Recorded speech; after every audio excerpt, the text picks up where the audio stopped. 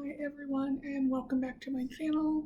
My name's Sophie and this channel is chronicling my attempt to get my life back after having been diagnosed with preload failure or low preload state, which I talk more about in my diagnosis video. Today I thought I would go over another DBT skill that some may find helpful when talking to doctors or loved ones about their situation. It's from the interpersonal effectiveness module, and it is called the Dear Man skill, as is spelled out in the title. DBT loves acronyms, so there's a lot of them that you will see if I continue to do these types of videos. So the D in Dear stands for describe, so you want to describe the situation, what's going on. The E is express. You want to express what you're wanting out of the situation, out of the conversation.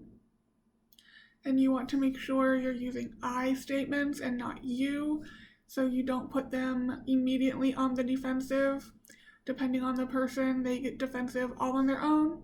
We don't need to make that any easier for them. The A is for assert.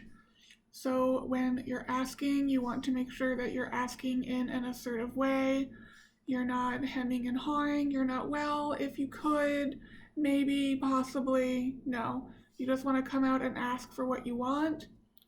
And the R is for reinforce what you want. And then the man part is more how you're going to do it, where the dear part was more what you're doing. So the M is for mindful. You want to make sure you're staying focused on what you are saying. You're not getting distracted by what the other person is doing. Maybe they don't look like they're paying attention. They're rolling their eyes. They're sighing. Don't let that distract you from what you're there to do, which is to get whatever it is that you're asking for in the first part, in the dear part of the interaction.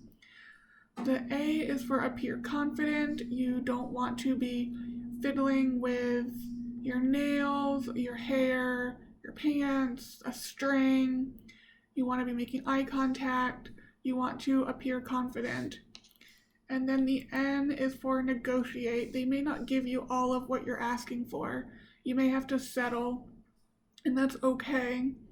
So, for example, it might be, Dr. Smith, I know in the past we've talked about my many symptoms and it hasn't really been resolving in the past X number of weeks, months, or years.